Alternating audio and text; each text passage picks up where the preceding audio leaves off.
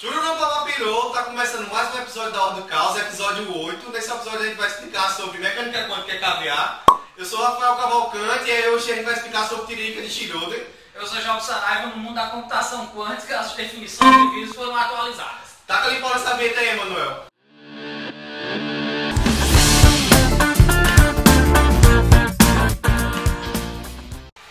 Bicho, antes de falar de computação quântica, a galera tem que saber que porra é spin, né? Bom, suponha que eu pego o pastor metralhadora e boto ele para jogar partículas elementares do ímã.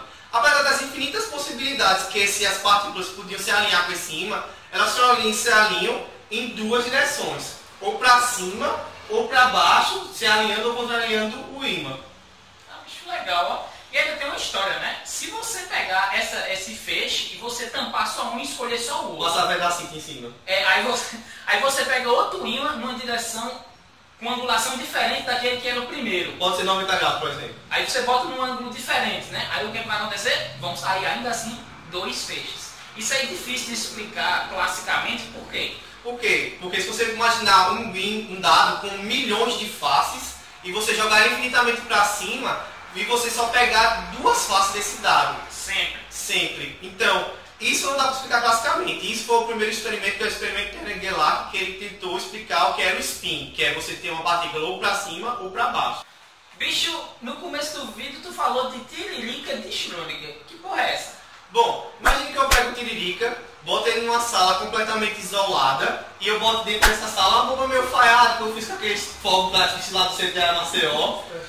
E depois de um tempo eu quero ver se essa bomba explodiu ou não. Vai existir duas possibilidades para o tiririca. Eu abri a caixa e dizer, sou eu abestado, ou eu abri a caixa e dizer, morreu. Então, até que eu abra a caixa, existem as duas possibilidades, tiririca vivo ou tiririca morto dentro. E antes de abrir a caixa? Bom, antes de abrir a caixa, existem as duas possibilidades, que é a superposição de estados. Mesma coisa acontece com o spin. Até que você vá lá e meça, o spin pode estar simultaneamente para cima ou para baixo. Quando você mede, é que você vai ter ele colapsado ou para baixo ou para cima. Isso aí é o que a galera chama de superposição de estados, que a gente vai usar para construir a computação quântica. Então o que é que você quis dizer com superposição de estados? Bicho, antigamente, quando começou a surgir esse negócio da mecânica quântica, tinha duas galeras que carregavam seus seguidores, né? As ganguezinhas das físicas. A gangue do Einstein e a gangue do Bohr. A gangue do Einstein dizia... Já que eu chamei. Para tudo.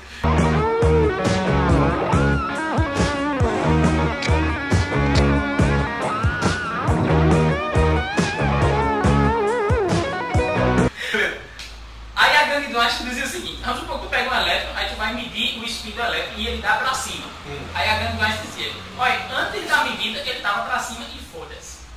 A gangue do Bohr dizia o seguinte: se ele tá pra cima na hora da medida, antes da medida ele tava de qualquer jeito. E o fato de você medir é que fez com que ele fosse pra cima. E isso está relacionado. Seria como você chegar na balada e você vê uma mulher muito gostosa. Aí você tem que chegar perto dela para saber se ela é um traveco mesmo ou uma mulher. Antes de você ver a mulher, você pode achar que é o celular. Fora essa cara tá armada, alguma coisa. Bicho, e fora essas coisas aí que eu falei, tem mais uma outra propriedade quântica com o elétron? Bom, tem o embaralhamento quântico, que seria duas partículas a estarem ligadas quanticamente. Então, se eu meço uma, obrigatoriamente eu já sei o resultado da outra. Seria o seguinte: eu tenho dois dados, jogo um para cima, deu sempre par.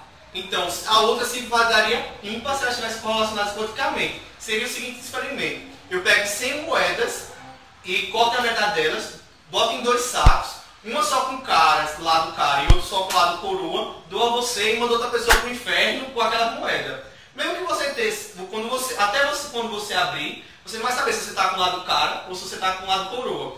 Mas a partir do momento que você abre e você vê que você está com cara, a outra pessoa obrigatoriamente está com coroa, porque esses dois sistemas estão emaranhados quanticamente, são ligados. Mas a pergunta é, dá para transmitir informação com isso daí?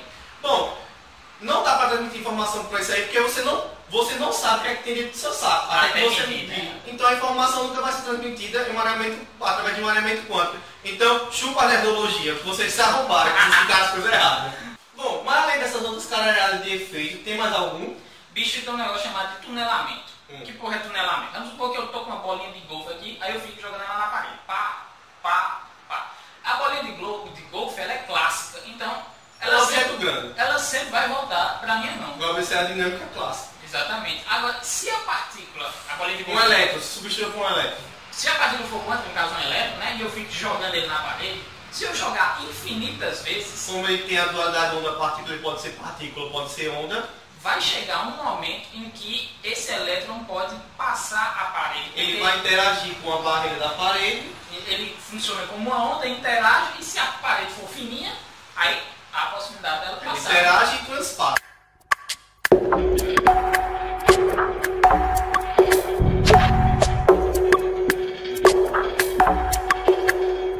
Esse é o campeonato. Se você coloca uma partícula quântica dentro de uma caixa, existe a possibilidade de você achar ela fora da caixa. Ou se você pensar no elétron, num átomo, ele pode estar em qualquer posição na eletrosfera e ele também pode estar dentro do núcleo.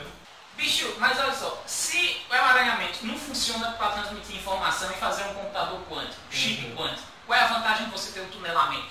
Bom, imagine que você está numa bicicleta e você quer andar no valezinho de bicicleta para encontrar qual é o lugar mais profundo desse vale. Se você tiver com a sua bicicleta, você é uma coisa clássica, você vai ter que andar todas as montanhas e percorrer todos os espaços até você chegar no lugar mais profundo. Isso para o computador gera muito tempo de consumo. Mas imagine que você é uma partícula quântica, um elétron viajando. O elétron, ele não precisa subir e descer o vale. Ele pode simplesmente tunelar o vale. Se o vale for estreitinho, né? Então isso diminui o tempo computacional. Mas o que é esse negócio de tunelamento, mecânica quântica, que tem a ver com inteligência artificial? Olha só, se você pegar o tunelamento e a superposição de estados, isso possibilita, que a gente falou agora há pouco, possibilita a construção de um computador quântico que a velocidade de processamento supera infinitas vezes a velocidade de processamento de um computador normal. E isso, muito em breve, faria com que a velocidade de processamento desses computadores seja bem maior do que a dos seres humanos.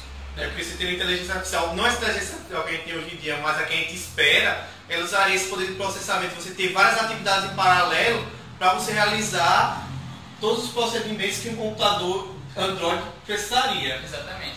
Aí a questão é, esse tipo de computação quântica não é aquele tipo de computação que você vai usar no seu dia a dia, porque... Você não vai usar um computador quântico para assistir X vídeos, porque o poder de processamento do computador normal já faz isso. Você vai usar quando você tiver processamentos em paralelo, que é normalmente o que a inteligência artificial precisa.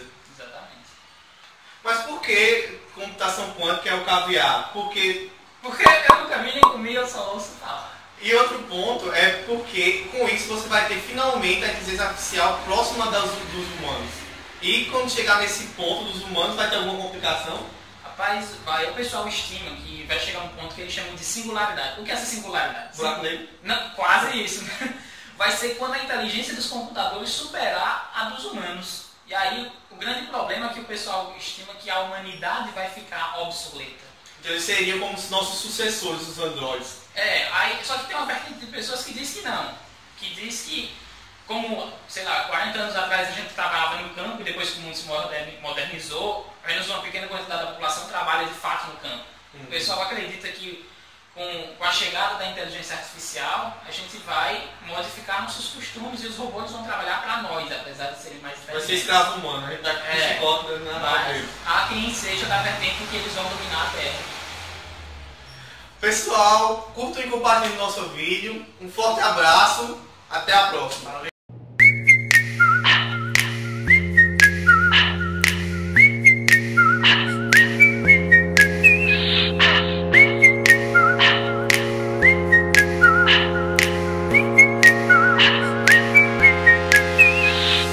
One, two, three.